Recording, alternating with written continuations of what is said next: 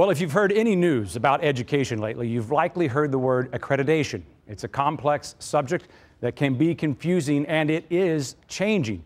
Educating our children is a big task, and so is measuring the success of that education. Tonight, we are talking about accreditation, so stay tuned. And we're talking about it with you. Ed Reggie is here. Ed, tell the people how we are talking with them. Well, you are a critical part of the conversation tonight. Absolutely. And there are several ways you can participate. Whether you're watching at home or in our live studio, we want you to log on to our Facebook page, The 9 Network, and post onto a conversation, a graphic we posted earlier today.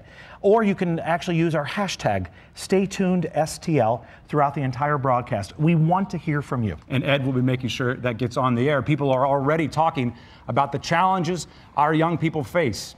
Take a look. Education is the backbone of any city. It's going to impact you one way or another. It's the whole community's responsibility. We start thinking about them as our schools. The fact that you're poor doesn't mean that you can't be successful. We can't turn our back on any of these people. But they first have to know that you care about them. Students have to understand what's in it for them. We need to make sure that we celebrate success. Kids respond to caring adults. We need to do a better job. But is that enough? And so it's really trying to create a positive environment. There are a number of challenges. You concentrate the problems in one organization or district, and it makes it difficult to meet the standards that the state has set.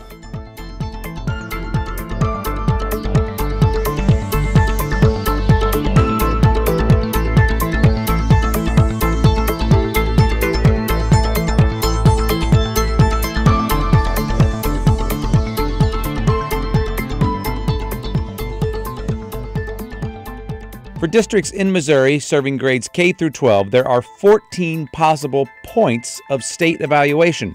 If a district scores less than 6 points, it loses its state accreditation.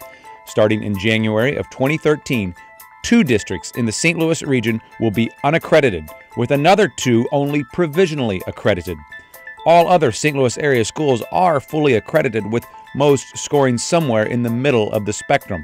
If you look statewide, 9 districts are struggling. Tonight, how important are these points that are about to be tougher to get, and how does it affect you? Graduation Day. A time of celebration. A time of pride. A time of success. Success not only for students, but also for the districts where they graduate. From a family or the parent perspective, I think it's a similar one. They want to know that their children are getting a rigorous education, and those students are being rewarded for it or recognized for it. Same thing for employees. Same thing for students. They want to know that they're in a district that is fairly successful. And measuring that success is a complex process. The state tracks 14 different categories of student achievement to determine a school's accreditation status, and it goes well beyond test scores. There are other standards that include such things as the attendance rate, college placement, courses offered. They're offering advanced placement courses, for example. Those things are also evaluated. Districts and teachers understand that in order to maintain achievement standards, they must maintain student interest. And what keeps them here, I think, is relationships. Not just the relationship they have with the teacher, which I think is extremely important, but the relationship they have with each other. But when a district loses accreditation, its relationship with its students often suffers. Students who graduate from an unaccredited school still receive a diploma, and graduating from an unaccredited school isn't supposed to affect college admission decisions. But simply knowing that you're going to an unaccredited school can have far-reaching effects. They feel that that's a black eye for them, and so I think that kind of wipes away that piece for them, and there's some sense of pride that we have done a good job, that we are working to do that kids are being successful in our district. For the last 5 years, I think if you ask any person who understands what that means, they would tell you that it wasn't something that they were pleased about. For those 5 years, St. Louis public schools were unaccredited, but now things are changing. They were meeting 7 of the standards, and they were meeting 1 academic standard, and so the board voted at the October meeting to evaluate them as a provisionally accredited district. Provisional accreditation is a big step in the right direction for St. Louis public schools, but it's only one step on a long journey. A new cycle is set to begin in the Missouri School Improvement Plan, and with it will come more rigorous standards.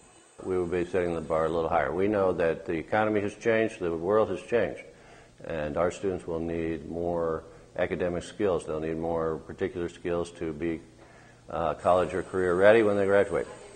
No doubt about it, we are concerned, but not concerned to the level of being fearful, because we are really about supporting students. And once we understand what those requirements are that the state puts in place for the first time in MSIP 5, we think we will be able to meet the standards. We're happy with their progress. We know they have to make more progress, and they know that too. So that's where we are with that. I think, and as things improve, then people gain more confidence in the school. More people will send their children to those schools, and the situation can advance. Advancing education standards while advancing St. Louis youth towards success. For Stay Tuned, this is Matt Noonan reporting. Well, before we start talking about accreditation, it's important we understand exactly what it means. To help us clarify that, we are joined by Sherry Sampson, Executive Director of Assessment, correct, with the Riverview Gardens School District. Riverview Gardens not only lost its state accreditation, it also has been taken over by the state. So let's get this out of the way right away. How does that feel to you when I reference Riverview Gardens state-controlled school district? Well, we are working very hard to make it a provisionally accredited district and then a full accredited district. How does it feel? I think that I was hired and the staff was hired to turn the school around, and that's what we're doing. So we feel good about it. I ask that as the son of a teacher, and I know there's a lot of passion in what you do. And help us understand this accreditation process. This is the state trying to measure our schools across the state. Mm-hmm. How do you, when you're at the grocery store, explain to people what it is that you do and what it is the state is doing when we're talking about accreditation? Okay, as with the MSIP 4, which was what has been used in the past, there's 14 points. MSIP for Missouri State School Improvement Program. That's something we're going to hear a lot about. Yes, and it's something that's we're in number 4. We're going to get the number 5 here soon. We'll get to that in a moment. But so when people hear MSIP, this is the process by which, so go ahead. There's 14 points that is possible to have. If you have 9 points, then you're fully accredited. If you have 6, then you're provisionally accredited, and less than 6, you're unaccredited. With that, what happens, there's a chain of data that they look at. So it's the state is looking. They're measuring by 14 different categories each school. Correct. And it rates from attendance to graduation to the advanced courses to the actual state tests, the grade level assessment, the end of course assessment. We're looking at all of these points. What happens with MSIP 4 is it's 5 years of data. So they look at a rolling average. So 5 years of data, and that creates a status. So based on your status, you have to have so many percentage points to be able to get the MSIP point. Something I hear, I bring this up because when I talk to teachers, I hear over that 5-year period, those aren't necessarily 5 years or 4 years of the same students. What is the feeling of educators towards this program? Well, the 5 years is actually very frustrating because, especially for us in Riverview Gardens, because when the state lapsed us, we became a whole new district. So everyone had to be fired, rehired, had to apply for their jobs. Everything had to start over. These are all requirements to get federal money. For the lapse, yes. These are all the requirements for the lapse. So all of our policies, procedures, and everything was gone. We started over, except for our data. And so we're a new district, but with the same data. A new pitcher came in with a lot of runs already on the board. Correct. So that was a very frustrating thing in the beginning because we're fighting against data that most of the people that are in the district now had nothing to do with. And so that is a little bit frustrating. Because of the 5-year rolling average, some of the points that there were some points that were statistically impossible for us to get. Once you become unaccredited with the MSIP-4, the easiest way I could explain it, it's almost like going into credit card debt. Once you're in deep with credit card debt, it's almost impossible to get yourself out. And the example I use often is for our attendance. If last year, because of this rolling average and the way that the state had the formula, even if we had 100% attendance last year, that means every single kid came to school every single day, we still would not have made that point. Our attendance rate was actually higher than some of our surrounding school districts, but because of our past data, we did not get the point, which they did.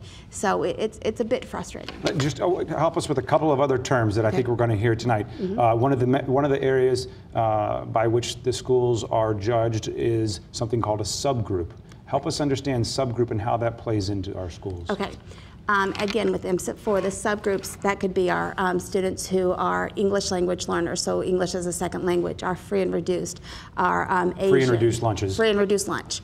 Our Asians, our African American students, our IEP students, which are our special education students. All these make up subgroups. You have to have 30 of that one particular group to make up a subgroup. So some of our students, if they are African American, free and reduced lunch, and if they're a special education student, they're counted 3 different times as well as over the total. So the goal being that no one is left behind. No one left behind. So ultimately, when you're saying no one left behind with No Child Left Behind, that's the act that was put in. That was the idea behind that was in 2014. Every single student everywhere is going to be proficient or advanced by 2014. And real quickly, MSIP-5 is changing that. That has changed. And tell me how that is changing in layman's terms. Okay. Make it so I can understand it. In layman's terms, basically, MSIP-5, it gives MSIP-4, it was this one standard that we all needed to meet. With MSIP-5, the goal is that every single student, every single school, every single district gets better every year. So we're not being matched up against this number. It's real life, and what we can do is help every single student move forward. Sherry, thank you very much for your time, and thank you for what you're doing for the kids. Thank you.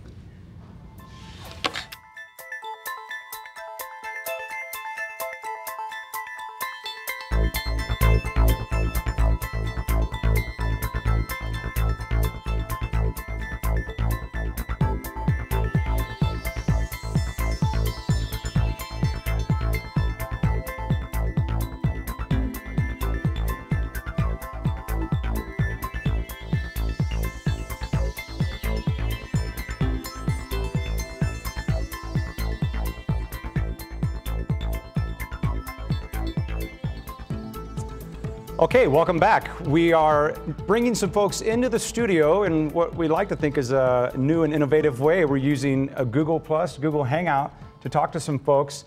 Real quickly, introductions. These are a couple of students we have with us. This is Greg and Kira. They are from the Riverview Gardens School District. Thank you guys for being here. I'm sorry, Kyra. Kyra, jump in when I make that mistake again. You hear me? Can you hear me physically? Yes. Okay, very good. Just making sure. Okay, also with us, Alex is, I believe, the next window down. Dr. Alex teaches at SLU, also does some training of teachers. Dale Singer, also with us here tonight, education reporter for the St. Louis Beacon. And let me see here, Laura, is Laura with us? Hi, Laura. Also, you're an educator, elementary school educator in the Normandy district. Normandy recently lost its accreditation as well, starting next year. So these are issues that are going to kind of hit home for a lot of folks in this conversation. The goal here is to talk, so don't let me dominate. I want to hear, we'll start with you, Laura. How is that term, how does that play in the school when you hear accreditation lost? Yes, the children feel, like, oh my God, we have this stigmatism attached to us that, we're unaccredited. And so they want to really know, what does that mean to them? And I told them that, it's a large school district. It's a lot of people in the district, and it doesn't necessarily, I work at the elementary school, so it's hard trying to explain to elementary children how the point system work and how we lost our accreditation by 1 point from being provisionally. And so for the children, it's just really hard trying to explain. And so we're just doing the best that we can. And we have a lot of wonderful, great teachers in Normandy School District. I'm very proud to work there. I've been working in Normandy for 17 years, and I've had a lot of success myself, as far as test scores and how well my students have performed. But, we do understand as a whole, it's a district that, brings in the scores. We have some students here. Greg, Kyra, what goes through your mind? What's it like when you lose your accreditation? Do you care one way or another? Do kids care in the school? Well, we care, and it's like, as long as we push forward and do what we're supposed to do, can't nothing stop us. Can't nothing get in our way of us succeeding in life.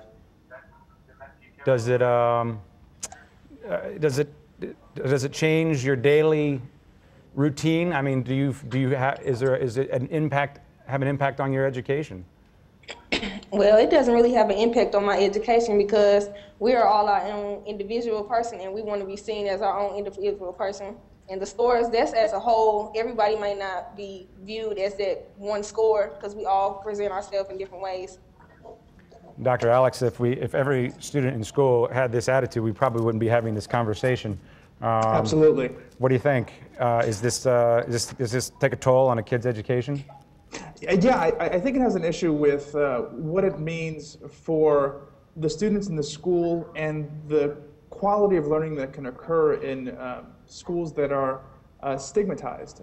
I feel like it has a significant, it comes with this issue of the difficulties that students might have getting into college, getting into these other areas. It's definitely a stigma. Dale, something's got to hold the school accountable, though. We can't just shove the checks into the school districts and turn our backs. We have to know if we're getting something for our money, I assume. Oh yeah, that's what the accountability program and MSIP is all about. You have to make sure that, as you say, that everybody is being held accountable. Test scores are one way to do that. Some people think that the test scores are something that people concentrate too much on, particularly when they're rating not necessarily school district, but rating teachers. In a lot of places, there's a big debate going on as to how much of a teacher's rating should depend on how well their students doing, and how much should depend on, say, evaluations by the principal and other factors, so that the test scores, depending on who you talk to, are getting too much emphasis or maybe not enough. Laura, do you have to just teach to the test? No, we don't teach to the test. The thing that I tell my students, I'm teaching them to be lifelong learners. So if you do a really good job of teaching children, then they'll do well on the test. So we don't just teach to the test. We try to teach the children to be well-rounded. Alex, as someone who trains teachers, I've got to believe you have some thoughts on that. Is that actually happening? Without a doubt. I mean, I think that's what the goal is that we train teachers exactly the way that Laura is thinking. Which is that they're not focused on a test, but they're focused on creating enlightened citizens. They're focused on pushing kids to be the best individuals that they can be. And what I always share with my prospective teachers is that that's what they've got to focus on: the learning goals, the students, caring about the students, who they are, and who they are as individuals. And I think that I certainly agree 100% with what Laura is saying, that the test is important, certainly, but that it isn't the end of education. Greg and Kyra, is this something that kids talk about at all? Give us the inside scoop here. Is this, if you weren't doing us the honor of being here tonight, would you even be thinking twice about the word accreditation and what it even means? No, sir. No. Dale, I know this is a subject you cover extensively. Help us out. Tell us what is on the forefront of your mind when it comes to accreditation in the schools. To me, it's a situation where, since Krista Castro became the Commissioner of Education in Missouri a few years ago, she brought a different perspective than the commissioners had brought before, because she was from the urban area. She had been superintendent in Riverview Gardens. She had been superintendent in Hazelwood. And I think there are a lot of people, particularly in outstate Missouri, were a little tired of seeing the situation where, until recently, the city of St. Louis was unaccredited, Riverview Gardens is unaccredited, Normandy's unaccredited, Kansas City is unaccredited. And I think they wanted to see a little bit more of a word we've heard several times already this evening, a little bit more accountability and a little bit more of a sense that are we just throwing money at a problem and the things aren't getting any better? You see these charts all the time to see how the dollars are going up and the test scores are flat. So I think it's a case where people are going to try to say, what are we getting from our money? And if we're not spending it the right way, maybe we ought to make a lot of changes. Dr. Alex, same question to you. What's on the forefront of your mind? Well, I just get troubled by, again, the end of education. The focus, Dale mentioned the weight that we're placing on these tests. And I'm certainly, there has to be measures to keep education accountable. I don't disagree with that. But I do think that the way in which we're framing education as just something where students are to be passing tests is really troubling in terms of measuring it for accreditation, measuring it for the evaluation of teachers. It is a significant burden on schools that we're placing on them, and we're not really focusing on, I think, the original intent of schools to create an enlightened citizenry, to create citizens who are thoughtful and engaged and politically being able to handle conversations and such. And we're just creating students, again, if the end of education is to pass a test, that's really, really troubling. And so I hope that we engage that conversation as well in the public sphere, and that it's not just about numbers or percentage or points, that we broadly think about what we're trying to get at with public education and public schooling. Okay, on that note, let's bring in Craig and Kyra back into the big screen. What's next for you guys? Tell us, what are your dreams? Ladies first. Well, my future dream is to attend school at Mizzou, major in nursing, and maybe later on plan a career in the Navy. Greg? And my future goals in life, my short-term future goal in life is to graduate from high school, attend Ohio State, receive my doctoral degree for 9 years, go into the nurses field, join the Army, be a doctor for the Army. You know, long-term goal is just be successful. I think we've learned that we need to let you go because you've got a lot to do, and you might have to get started tonight. I have no doubt you both will accomplish everything you set your minds to. Thank you too, and thank all of you in our first hangout tonight for all of your time and your insight. Thank you. Thank you. Thank you.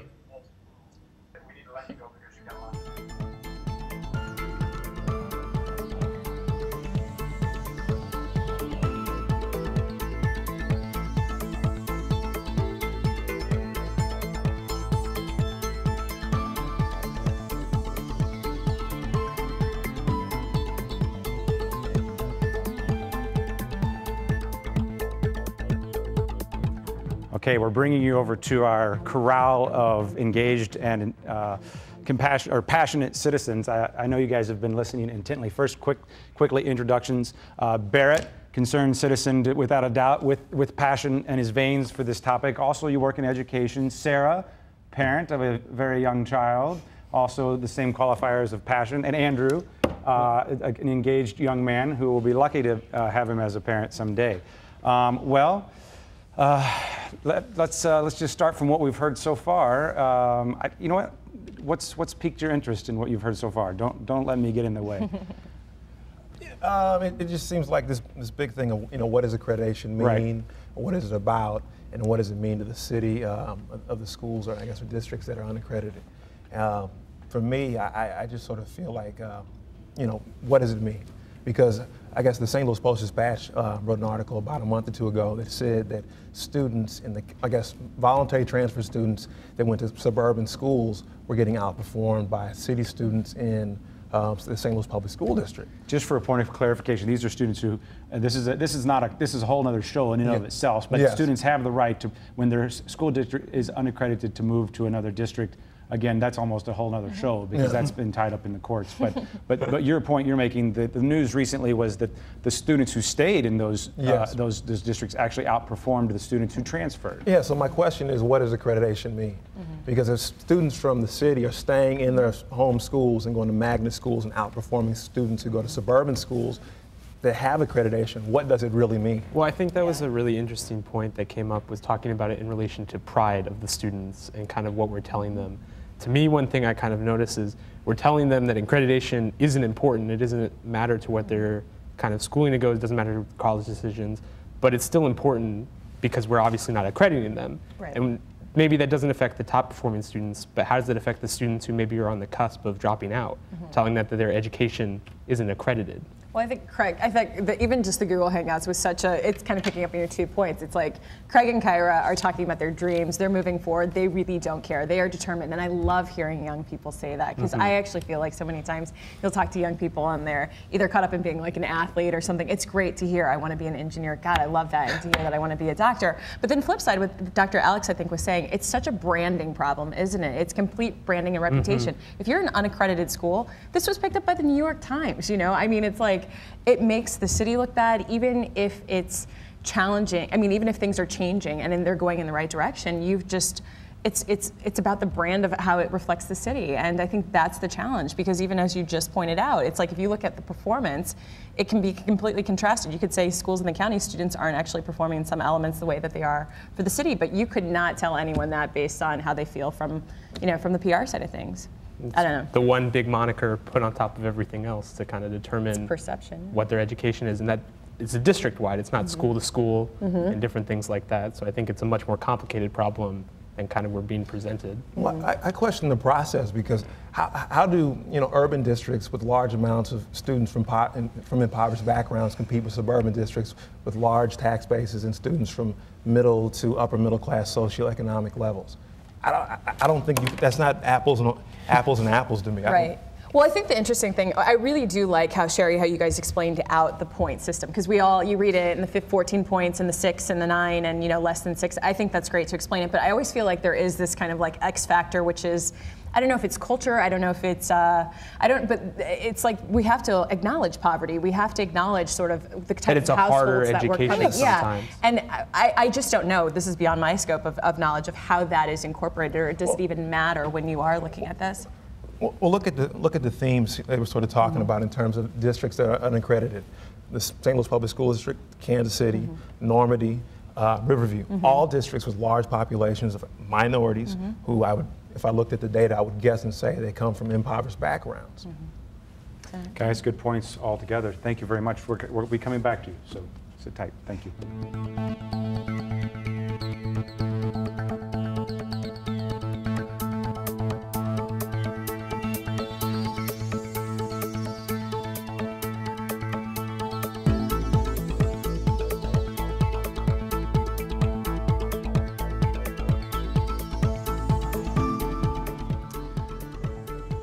Okay, we're going back to Google+. There are obviously a lot of issues when it comes to what's happening inside the walls of the school as it pertains to accreditation, but what about outside those walls?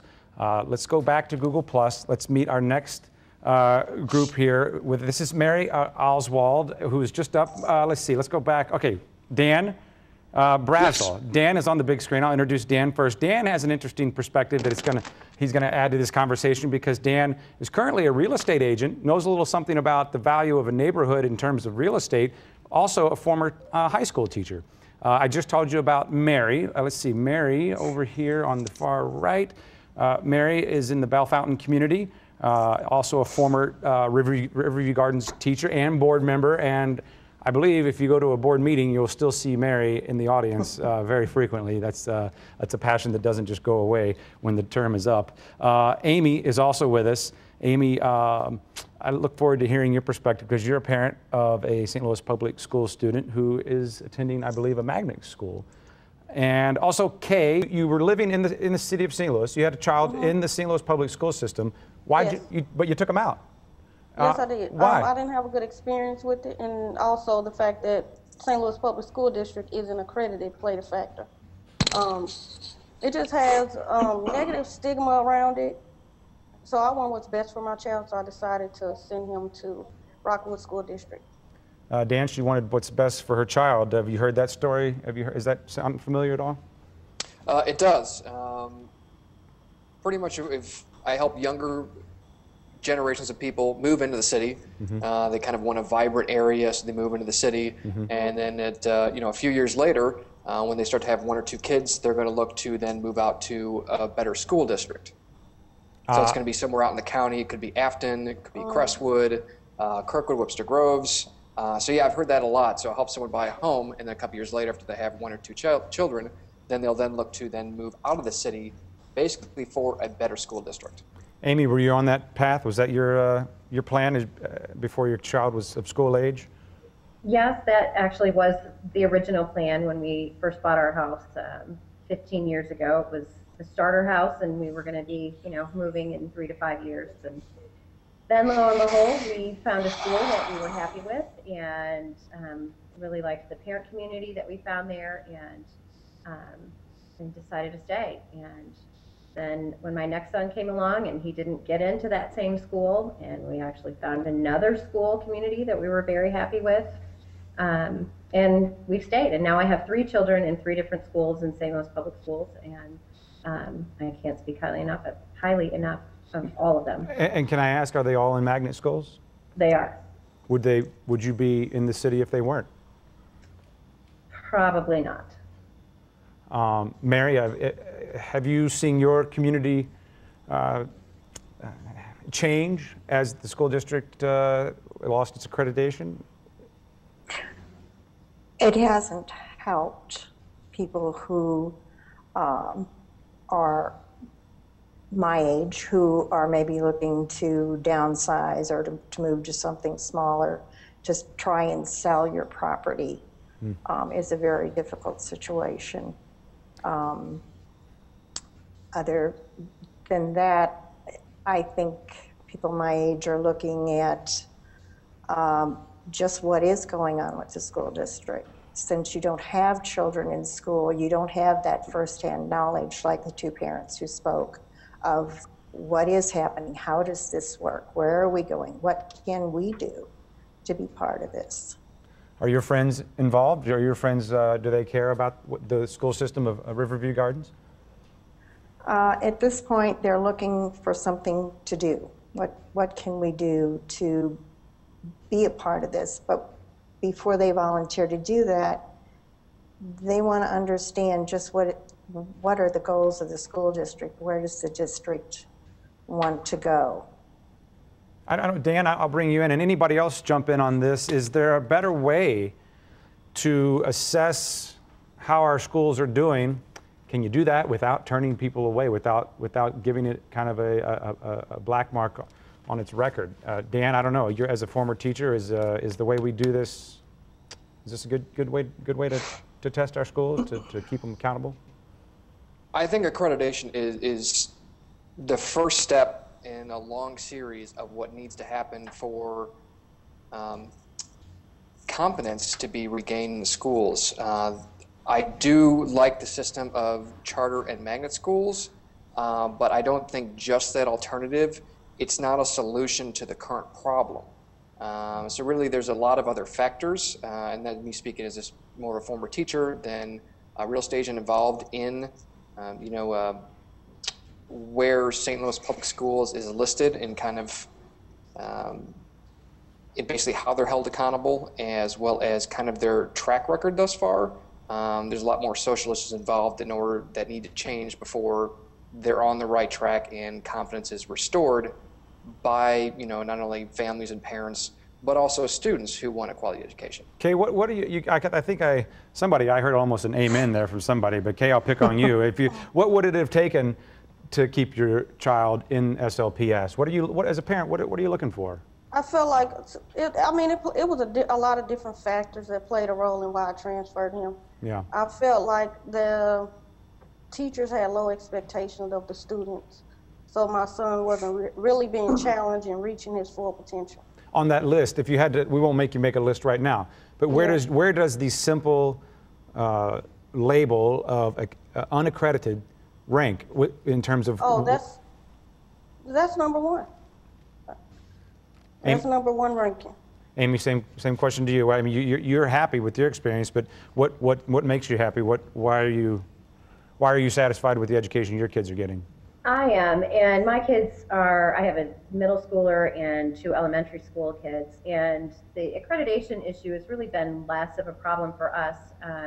My children, the vast majority of their experience has been with high quality, committed educators that are professional enough to not let some of the dysfunction that's happening higher up the ranks filter down to the students.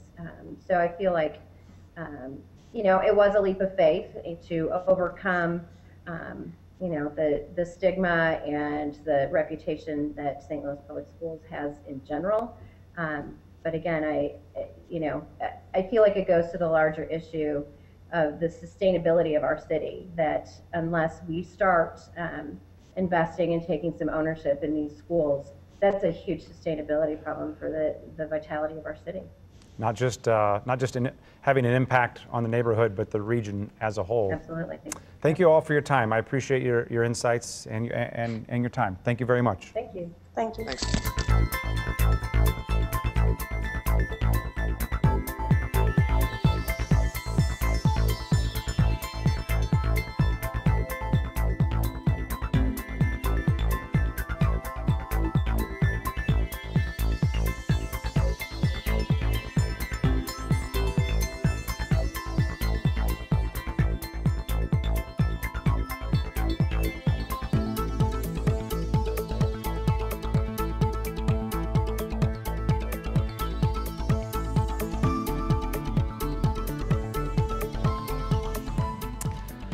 I can tell you're chomping at the bit on this one, just based on that last comment we heard right there. I don't have a question. I have a feeling that resonated with all three of you. It doesn't just impact the neighborhood, the region. Yeah, I mean, everything they were saying, I got to tell you, this is like a daily conversation for me. I'm a mother of a young child. I live in the city, and this conversation I had with lunch today with about 10 other women was completely about selling your house, exactly what Dan was saying, selling your house to move to the county based on the school district. And it's a struggle. And listening to both what Amy and Kay say, I mean, these are all the things that I think about, and you don't want to run away from the problem because you realize that's not the right thing to do. It's not going to accomplish anything, but you also want to provide what's best for your child. And everything that they said, I mean, it really hits home for me, because this is like the situation I am as I'm looking for myself and my child, 5 years, 10 years down the road. See, I think this is part of the problem, because, when you have white and black families that move out to the county, how do you support a district? How do you make it better when you're taking middle-class families out of the situation? It's cyclical. It feeds upon itself a little bit there, makes the situation. Well, and it seems like, to me, kind of just based off what you were just saying, the whole core of this issue is stability. It's about stability of the education, about knowing that where you live is going to continue to provide you with the things that you need as you kind of get older, as you have kids, as you kind of change your life steps.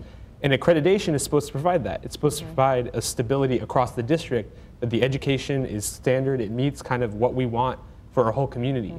But that's obviously not the case. I mean, we're talking about magnet schools, we talk about charter schools. They're great. I'm glad that we're educating those kids in those ways and that we have those opportunities. But a parent that is going to move out of the city and send their kids somewhere else if they don't get into a magnet school, that's not good for our community. That doesn't help us. And I think it goes beyond. I do think the accreditation I was pointed out in the Hangouts is the first step, but I think it goes beyond that. Because let's be honest, right now, if you did a survey and we're like, yeah, they got full accreditation, would you see enrollment jump? Would you see families moving back to the city? Would you see? Not in I mean, absolutely not. It goes beyond that too. And I do think there's this point that was raised on one of the Twitter posts, and then just coming up is looking at schools individually, looking at performance individually. But again, it's the stigma, it's the reputation, it's everything. And you really do just strive at the end of the day for stability for your family. And we all face those challenges in life, which is like, how much do you fight towards the better good and what's better for our community? And then at the same time, looking out for your own family to make sure that they're insured with a good education. This is a struggle. But aren't you an advocate of diversity? Oh, absolutely. If you move out to the county and you put your son or daughter in a school that's majority white, they're going to be one of the only kids out there. I agree. I think that's one of the reasons why schools today are almost as segregated as they were during Brown versus Board. Kids, black kids and Hispanic kids need to be around different groups of people. I agree, but then you come back to that cost. There's something you've got to eat something at the end of it. It's got to. There's a cost. There's the price that you pay, and yeah, I think there's a lot of people who are willing to sacrifice the fact that my kid can understand their religion, their diversity, their uniqueness in that sense, some way else. You know, whether it's through church or through family, and not because they still want them to get a good school. You know, I don't necessarily think. Personally, I just see the challenges of that as well. It's a valid point, though, because I think about that a lot as well. And I think you brought up a good point about when parents can get involved in the school district. If you've got a school district that is performing well, but maybe one school is starting to slip a little bit, you'll have parents come out and get involved if they have faith and if they have confidence in the rest of the system. We just had a tweet that said it should be simpler. Give schools, just like your grades, A through F. If it was simpler, would that maybe get parents involved earlier? Yes and no. I mean, I think that's part of the charter school movement is trying to provide a way to do that. But charter schools are not the sole solution to it. You've got a lot of students then that are going to slip through the cracks if you're having schools graded A through F and you're closing down schools that aren't meeting the grade or whatnot. You can't do that as the whole district. That just doesn't work out. Name a few charter schools in St. Louis that have been successful. Well, we've got the international school, the language immersion school. You've got a lot of new schools that are coming up. And we talked about this a little bit earlier. And a lot that have closed down. Hey, look at Imagine. A lot of them closed down. The difference there came in and they said, we're going to outperform the St. Louis Public School District. They didn't do anything. The difference there is community-led schools. The charter schools that are formed by people involved in this community, from this community, are going to always outperform these school systems that come in like Imagine, that are more real estate based, that are profit driven as opposed to community driven. For the purpose of this conversation, and how we measure the success of these schools, is there a better way to do it in our public schools, in our state level to the local level? I think honestly, the folks that you have involved in the Hangouts, you couldn't be a better combination, because really this is beyond school. You cannot sell your house, as she mentioned. I mean, this is all coming. This is a huge issue. I mean, if you have an unaccredited school or you have a poor school district, it affects how you're going to be able to sell your house, how you're going to be able to buy a house. You know, I mean, you're going to look at families who are finding their way out through whether that's like viable means or illegal means. You know, claiming registry in something. It's just, this is clearly beyond. It's a huge. It affects the community in a deep way, and it's so there is no easy way to grade that. It's tough. You'd have to put an asterisk next to the grade, say poverty, or all these different little factors that go into it. Yeah. Thank you, guys. We appreciate it. Thank you. Thank you.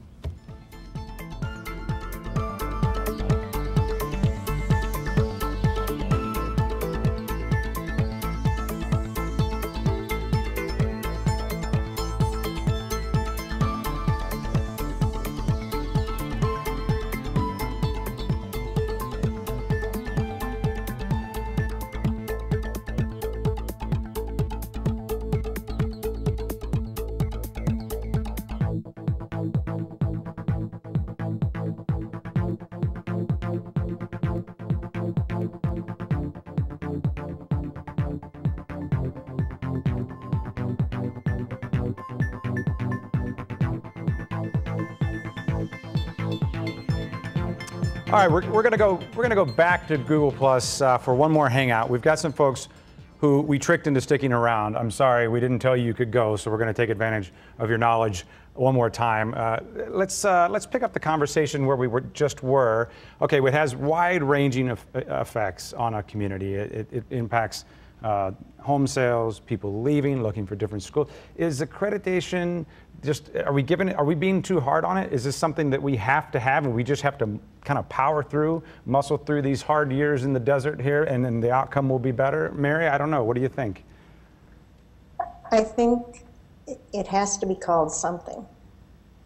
We need to be keeping track of children being educated, how well they're being educated.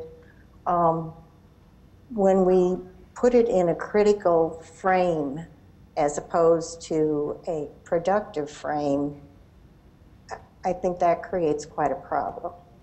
And therefore you get, they're unaccredited, and the stigma that goes with it. So maybe a better job of showing where you want to go with it, who's doing the right thing, that people are moving forward and making progress. That would be helpful. Dr. Alex, Dale, Laura, jump in. You guys are the experts here. What are you thinking? Well, I mean, you've got to have a system that shows how good schools are, but I mean, like they say in financial investment. Past performance is not necessarily an indication of future results. So you've got to have a way to say, this is what you've done so far, whether it's fair or not. It's comparing apples to apples, at least, because at least all the schools are being judged the same way. And if some people think that they're being judged unfairly because the standards are not what they should be looking at, that's something that they can bring to the attention of either the Department of Elementary, Secondary Education, or maybe the legislature has to step in. But as long as everybody's being judged the same way, that at least gives some sort of yardstick to tell how your schools are doing compared with everybody else. Laura, they may be all judged the same way, but do they all have the same resources? Is there a better way to do this? That's the part I was thinking. I think that they all need to be judged the same way, and I can see that, accreditation, the whole purpose of the accreditation is to make sure that, that all the schools meet this acceptable level of quality. And so I think that the resources are very important. We don't have the resources that a lot of other schools have. And I think that's where sometimes we fall short. And then you find the same schools having the same problems, St. Louis Public, it was Riverview, now it's Normandy. And so we have to start looking at resources. I think that plays a very big part. Dr. Alex, go ahead. Yeah, I think when a principal has to decide between heat and books, I think it creates a really pressing dichotomy in terms of how we educate our children. So it certainly, I want to focus on the difficulty of teaching, though, in terms of the measure that we're using to try to figure out if good teaching is happening in these schools. There's a lot more that goes with this. A lot of your panelists have talked about poverty, have talked about racism, have talked about the issues of the community that are all linked together with what is effective teaching. And again, if the measure is not capturing that, if the measure isn't capturing whether a kid is hungry in school while he's taking this test, or all the other factors that come into learning, it's missing something. Okay, I'll open this up to all of you. Dale, and maybe I'll start with you, but anybody jump in here. We know the problem, and we could probably talk a lot longer about it. Are there any solutions that you've seen anyone talking about? Is there any light at the end of this tunnel that isn't a train? Well, I mean, we talk about resources. If you look at resources in the history of Missouri public education, there's something called the foundation formula, which is basically so complicated that maybe 3 people in the entire state understand how it works. Yeah. But the basic concept is every school district will have an adequate foundation of resources so that that there may not be a Cadillac, but there'll be a good vehicle that runs well. The only problem with the Missouri Foundation formula is it's not necessarily fully funded. It's never fully funded. That's right. And it's not necessarily fairly funded. I mean, every time something comes up, I mean, we've got Proposition B on the ballot next week, and 50% of that money, if the cigarette tax is raised, is supposed to go to elementary and secondary education. Well, sure, that would be a big shot in the arm, but despite what some people say, there's never a guarantee that all that money that's supposed to be new money is not going to be put in at the top, and that other money is going to be taken out at the bottom, so that the funding doesn't necessarily end up to be fully funded. So if it's not fully funded and it's not fairly funded, it's not working the way it's supposed to. Thank you. Thank you, Dale. Thank you all. It's almost a blow to the heart that the concept that the school district is unaccredited says to most people it is less than a good school district. The perception about non-accreditation and the impact on students and student achievement. So far, I believe that perception is probably our greatest challenge, trying to make sure that the public understands that progress and improvement is always ongoing, and it's always a challenge. So we have, I would say, some of the best institutions, education institutions here in our community in St. Louis, and then we may have some of the most challenged ones. And because of neglect and whatever we want to say, our most challenged ones are suffering. I hear people sometimes talking very poorly about a school or a school district, and I say, have you been there? No, but this is what I've heard. A school can only go so far, and then it plateaus. And then I think that's when the community need to come in to help raise the school up.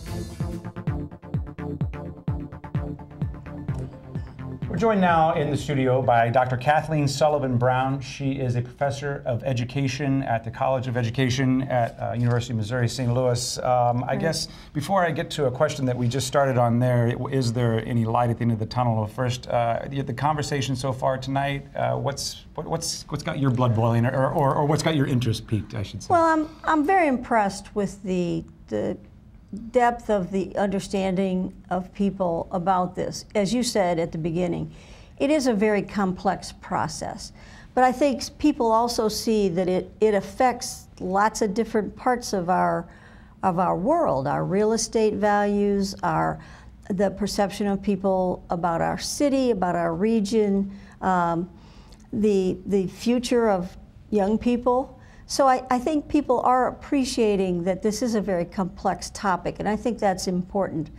Couple of things from my listening to the conversation, a couple of things to maybe make more clear. Please. First of all, accreditation is not the same as governance of the school district. Those are two separate things. One of the issues with the St. Louis Public Schools was a change in the governance, where the elected school board was replaced with the special administrative board. And that was the takeover by the state. The takeover, yeah, that's what they call the state takeover, but really there's nobody at the state who could come down to St. Louis and run the schools. That three-person board is appointed. Right, so they appoint a group of people locally, and that's also been done in Riverview Gardens. And so taking over and not eliminating, kind of pushing to the side, if you will, an elected board was a huge step. One that the state did not want to take lightly. We're about to have an election. We are very committed to our democratic processes, and yet it was felt that this problem is so serious, it had to be done, even though we're so reluctant to do that. And to put it in a bigger context, the state of Missouri and the legislature are responsible for all of the school children, almost 1 million of them, in our state. In the entire state. In the entire state. Those decisions are coming out of Jefferson City. And it sort of delegates those powers to local school boards. But it can't give up that power. It's still incumbent constitutionally on the legislature specifically who is in charge of this. They can't give up that responsibility, and if the local school districts aren't doing it, somebody has to step in. And I know that it was a big step, and it was you can tell by the emotion that many people are talking about. It's a blow, and yet we can't have generations of kids not getting what they need educationally. So people look at accreditation, and it's they look at it. It's not a fun word to toss around, no, but a necessary word. It sounds like what I'm hearing. Well, and I you think, saying. and maybe for people who are in different kinds of professions, it might also help. Lots of professions have accreditation. We have accreditation in medicine. There's an architectural board. Right. Whenever you have a special expertise, they get a bunch of experts to look at what's happening. Because not everyone can look at a school and say, well, I think you're doing a good job. It takes some special expertise. And so that's what the educational accreditation is. The state has to do that because we spend, on average, about $9,500 per student statewide for almost 1 million students. So that is a huge investment on the part of our state. How do we make it better? How do we the conversation we just kind of touched on there at the end, how do we make it better? Well, I think it is also important to see accreditation as a process for telling us what needs to get better. It helps lay the groundwork and a blueprint for here's where we need to make the changes, make the improvements. It is a continuous improvement process. And MSIP 5, actually, when NCLB first came on the No Child scene, Left Behind. Yes, thank you. I spent all week learning these acronyms. Yes. I learned a lot of acronyms. I want to make sure I use them all. So when that law came about, as one of the people in the Hangout said, all the children were supposed to be above average. You know, it's the woebegone thing. That educators would tell you that that's not possible. So from the beginning of No Child Left Behind, educators said what we need is a growth model. If schools, teachers, districts are doing a good job with the kids they have, and those children are progressing, that's good. And that's the kind of reassurance that we need as taxpayers, as the state, that we're not wasting our money, we're not spinning our wheels, we're not wasting the lives of these young people, but we are moving them forward. Because of concentration of poverty, as the one woman said, we have to acknowledge that poverty has an impact on learning. Many children don't have enough medical care. Right. They have lots of issues that prevent them from learning. Dr. Kathleen Sullivan Brown, thank you for your time. You're welcome, Casey.